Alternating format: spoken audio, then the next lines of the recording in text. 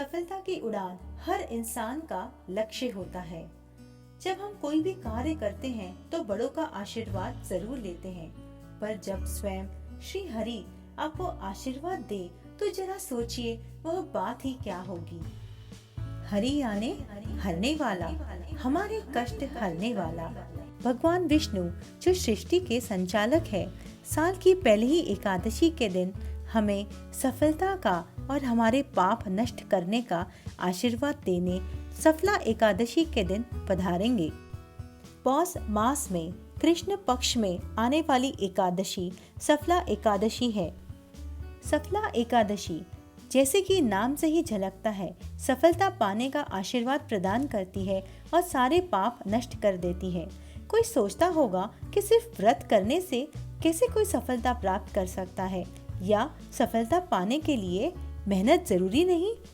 कई बार इंसान खूब मेहनत, लगन, अच्छी नियत और ईमानदारी के बावजूद भी सफलता प्राप्त नहीं करते। कभी कोई हमारे बुरे पाप आड़े आ जाते हैं। वही पाप नष्ट करने के लिए सफला एकादशी एक फलस्वरूप आशीर्वाद है, और यह खास आशीर्वाद पाने के लिए ईश्वर की भक्ति और व्रत और उपवास एक खास उपाय है। व्रत का अर्थ है संकल्प या दृढ़ निश्चय, तथा उपवास का अर्थ है भगवान या भक्ति देव के समीप बैठना। भारतीय संस्कृति में व्रत तथा उपवास का इतना अधिक महत्व है कि कोई न कोई उपवास या व्रत होता ही रहता है।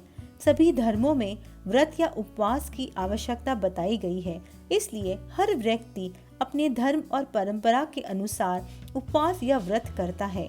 वास्तव में उपवास या व्रत का आश्रय यह होता है कि व्यक्ति अधिक से अधिक भगवत भक्ति में मन एवं बुद्धि लगा सके, तथा जिसमें सर्वाधिक सहायक है एकादशी व्रत। भगवान श्री कृष्ण ने भी युधिष्ठिर से कहा है कि एकादशी व्रत के अतिरिक्त मैं अधिक से अधिक दक्षिणा पाने वाले यज्ञ से भी प्रसन्न नहीं होता। इसलिए एकादशी का व्रत बड़ा ही शुभ माना गया है।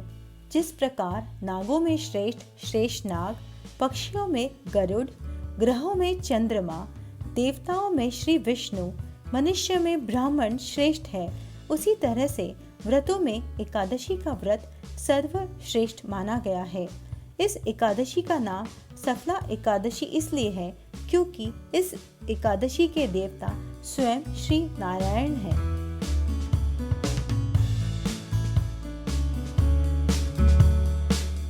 सफला एकादशी व्रत रखने से न कि आयु बल्कि स्वास्थ्य की भी रक्षा होती है। व्यक्ति को अपने कार्य में सफलता मिलती है और श्री हरि की कृपा से भौतिक सुख की प्राप्ति होती है। जाने अनजाने में किए गए सारे पाप भी श्री हरि की कृपा से नष्ट हो जाते हैं। सौभाग्य, धन वृद्धि, समृद्धि के द्वार खुल जाते हैं। आइए जानते हैं इस दिन क्या क्या उपाय करने से क्या लाभ होता है। एकादशी के दिन भगवान विष्णु को केशर मिश्रित दूध से अभिषेक जरूर करें। ऐसा करने से उनकी विशेष कृपा मिलती है। भगवान विष्णु के रूपी श्री कृष्ण की भी पूजा करनी चाहिए। ऐसा करने से मान्यता है कि कृष्ण हमारे जीवन के सारथी स्वयं ही बन जाते हैं। रेशम का पीला धागा श्री हरि को अर्पित करें और फिर ये धागा अपने हाथों में बांध ले। ऐसा करने से हम हमारे हाथों में एक रक्षा कवच बांध लेते हैं। सफला एकादशी के दिन भगवान विष्णु को ऋतुफल निवेदित करें। ऐसा करने से स्वास्थ्य संबंधित कष्ट दूर हो जाते हैं। साथ ही गाय के दूध से बनी खीर का भोग अवश्य लगाएं। फिर यह भोग प्रसाद रूपी पूरे घर के सदस्य और गरीबों में वितरित करें। ऐसा करने से वैवाहिक जीवन की समस्याएं समाप्त हो जाती है और हमारा भंडारा हमेशा भरा रहता है। विष्णु जी के हर भोग में तुलसी दल अवश्य चढ़ाएं, क्योंकि बिना तुलसी के वे भोग स्वीकार नहीं करते हैं। सफला एकादशी के दिन भगवान विष्णु के साथ माँ लक्ष्मी की भी पूजा करें। इस दिन भगवान विष्णु को मिश्री और माँ लक्ष्मी को सौंफ अवश्य अर्पित करें। फिर सौंफ और मिश्री को एक साथ रख लें और रोज प्रसाद इसका ग्रहण करें।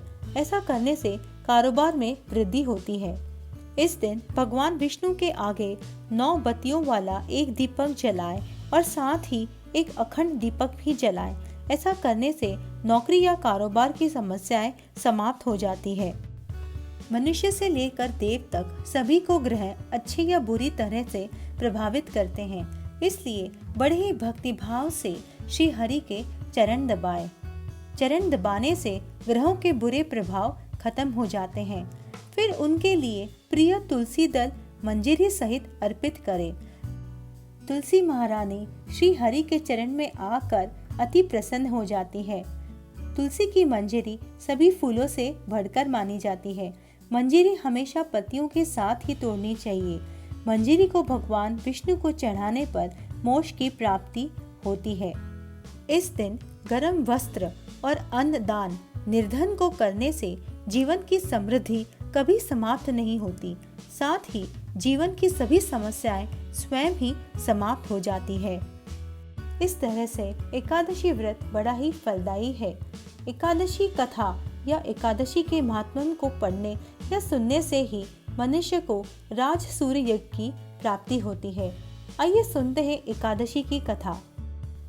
चंपावती नगरी में एक महिष्मान नाम का राजा राज्य करता था। उसके 4 पुत्र थे। उन सब में लुम्बक नाम वाला बड़ा राजपुत्र महापापी था। वह पापी सदा परस्त्री और वेश्यागमन तथा दूसरे बुरे कर्मों में अपने पिता का धन नष्ट किया करता था। सदैव ही देवता, ब्राह्मण, वैष्णवों की निंदा किया करता था। जब राजा को अपने बड़े पुत्र के ऐसे कुकर्मों के बारे में पता चला तो उन्होंने अपने राज्य से निकाल दिया। तब वह विचार करने लगा कि मैं कहाँ जाऊं और क्या करूं। अंत में उसने चोरी करने का निश्चय किया।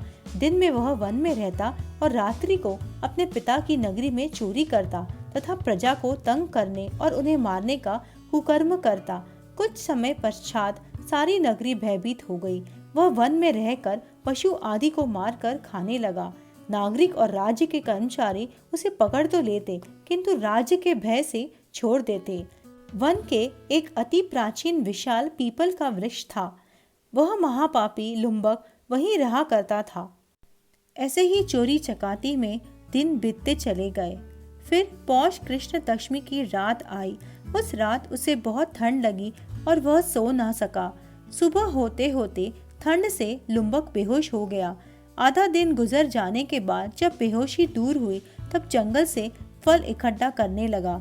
शाम में सूर्यास्त के बाद वह अपनी किस्मत को कोसते कोसते भगवान को याद करने लगा।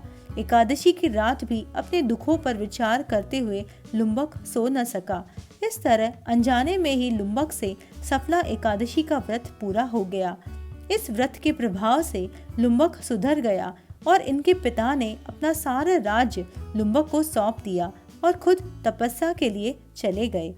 अब लुम्बक शास्त्रानुसार राज्य करने लगा।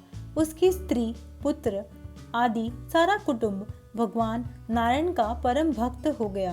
वृद्ध होने पर भी वह अपने पुत्र को राज्य का भार सौंपकर वन में तपस्या करने चला गया और अंत समय में वैकुंठ को प्राप्त हो गया। इस तरह एकादशी के प्रताप से पापचारी लुम्बक सुधर गया। अतः जो मनुष्य इस परम पवित्र सफला एकादशी का व्रत करता है उसे अंत में मुक्ति मिल ही जाती है और उसका जीवन सफल हो जाता है।